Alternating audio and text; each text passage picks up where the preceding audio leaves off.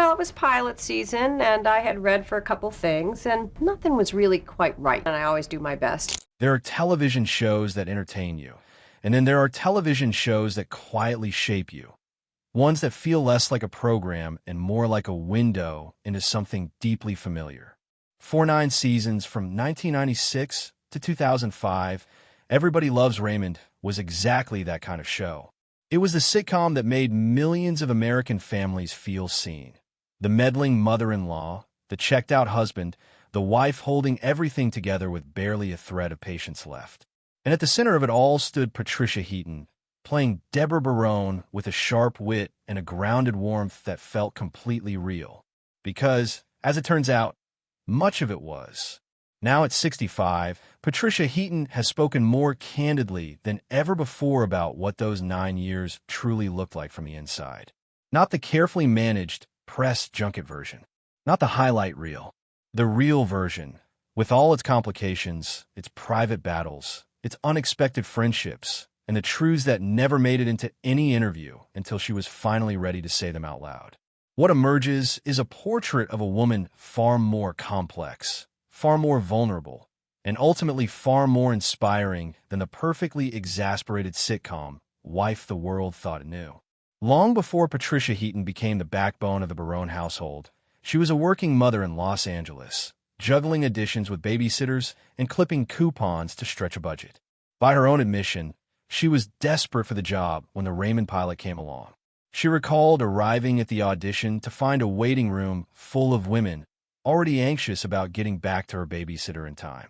When she walked in, she noticed a man sitting quietly in the corner and assumed he was someone she could ask for water, not realizing it was Ray Romano himself. The audition process was competitive and far from a sure thing. According to showrunner Phil Rosenthal, CBS had pushed for a different kind of actress to play Debra, someone they considered a more conventionally attractive option. Rosenthal later recalled that he nearly quit the show over the network's insistence, saying the actress they pushed was entirely wrong for the part.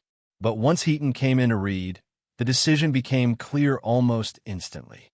Rosenthal later said they had seen around 200 women for the role, but that Heaton and Romano had the most spectacular chemistry of anyone who auditioned. According to Romano, Heaton ultimately won the role because she was the only actress willing to kiss him during the casting process. It was a small, unscripted moment that revealed something important.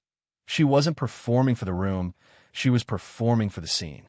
That quality, the ability to be completely present and throw herself into the work without self-consciousness, would define her entire run on the show. It is also worth noting how close the role came to going to someone else entirely.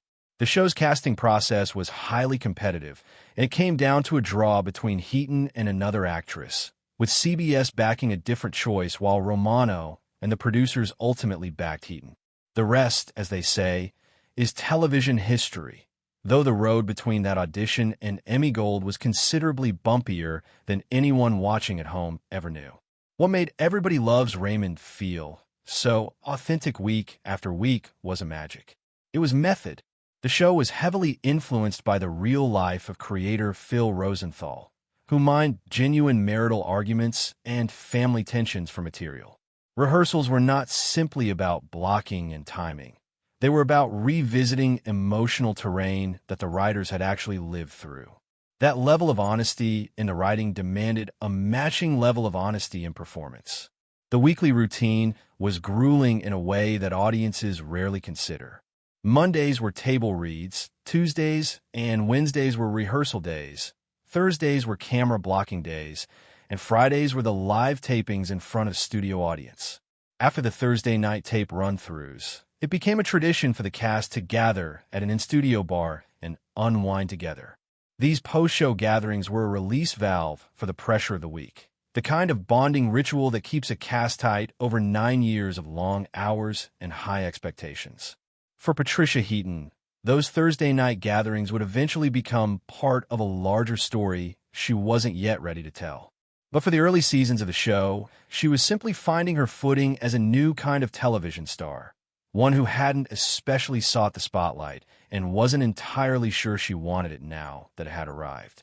She was, by her own description, more interested in doing good work than in building a brand. She wasn't attending every Hollywood party or strategically placing herself in front of cameras. She was doing the job, and the job was rewarding her. Heaton was nominated for the Primetime Emmy Award for Outstanding Lead Actress in a Comedy Series in each of the show's last 7 seasons, winning the award in both 2000 and 2001. 2 Emmys in 2 consecutive years. A remarkable achievement that cemented her status as one of the finest comedy actresses working in television. But awards are the public face of a career. The private face looked quite different. For most of the show's run, Patricia Heaton was carrying something that almost no one around her fully understood. The demands of the production, the long hours, the live audience pressure, the emotional weight of playing a character who was in a constant state of barely managed frustration, took a toll. And like many people in high-pressure environments, she found that alcohol offered a way to soften the edges at the end of a hard week. Heaton has described how after the Thursday night tape sessions, the Everybody Loves Raymond cast would go out and gather at the studio bar together. It was the kind of ritual that felt completely normal in that environment, a way to let the adrenaline come down, to celebrate, to be with people who understood what the week had been like.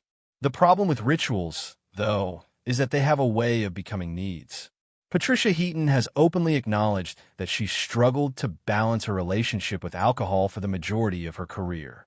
It was not the kind of struggle that generated headlines or caused scenes on set. It was quieter and more insidious than that, a creeping dependency that a person manages rather than confronts, hiding in plain sight behind a professional exterior and a full calendar.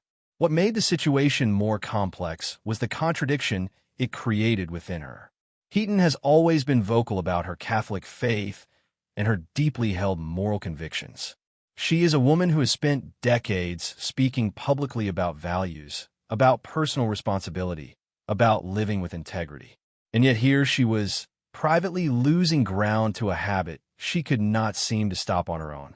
That gap between the public self and the private truth is one of the most painful places a person can occupy. The shift began with a conversation that happened right there on the Raymond set, one she has since said she never forgot. One of her co-stars, Peter Boyle, who played the grumpy patriarch Frank Barone, was a man who also knew something about sobriety. At those post-show cast gatherings at the studio bar, Boyle would always be present, but he never drank. Heaton, puzzled and frankly in awe, asked him directly how he managed it. Boyle told her, "I just think about the first drink, and then I think about it leading to the second one, and then to the third one, and I just walk through in my brain. And by the time I think about that, I know I don't want to be in that position, and then the moment has passed." Heaton carried that piece of wisdom with her for 20 years. It didn't stop her drinking immediately. She wasn't yet ready for that. But it lodged somewhere in her mind like a seed, waiting for the right conditions to grow. The man who played her cantankerous television father-in-law, whose politics she openly disagreed with and whose sense of humor she adored, had quietly given her a lifeline she wouldn't fully grab onto until much later. Speaking of Peter Boyle's politics, this is a part of the Raymond story that rarely gets the attention it deserves, because it so neatly defies the usual Hollywood narrative. Patricia Heaton has been outspoken about her conservative views throughout her career, and she acknowledged that it put her at odds with Boyle, who was very liberal in his politics. However, she also made clear that their disagreements were always good-natured and filled with genuine mutual respect. They would openly tease each other's opposing views with a spirit that was more affectionate than combative. In an industry where political disagreements tend to calcify into permanent estrangements, the Heaton-Boyle dynamic was something rarer and more interesting. Two people who genuinely cared for each other across a significant ideological divide. When Boyle passed away in 2006, Heaton attended his funeral, a gesture that made clear their relationship had always existed on a level much deeper than politics. Boyle was also, in those final seasons of the show, carrying something enormous in silence. He had been diagnosed with a serious illness, but chose not to make it the story of the show's ending. He continued showing up, continued delivering performances, continued being present for his castmates, even as he was fighting for his life off camera. That kind of quiet courage has a way of marking the people around you, and it marked Patricia Heaton deeply. Not all of the behind-the-scenes drama on Raymond was personal in nature. Some of it was structural, a direct consequence of the enormous success the show had generated and the uneven way that success was being distributed. By the later seasons, Ray Romano had become one of the highest-paid actors in television history, his salary reflecting both his star power and his role as co-creator of the show. The gap between what he earned and what the rest of the cast took home was staggering. Brad Garrett, who played Ray's brother Robert and had won Emmy Awards for the role, was earning approximately $160,000 per episode, a fraction of what Romano received. That disparity led to Garrett staging a walkout, refusing to continue filming. It was a bold move that sent a shockwave through the production. When Garrett broke his contract and refused to work, the production attempted to continue filming episodes without him.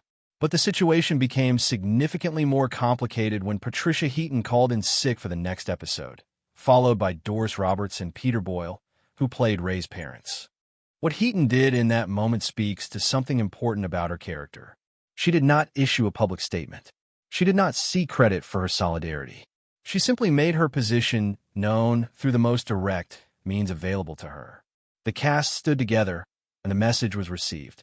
After approximately 2 weeks, the rest of the cast were given new salary agreements and returned to work. The smiles came back to the screen.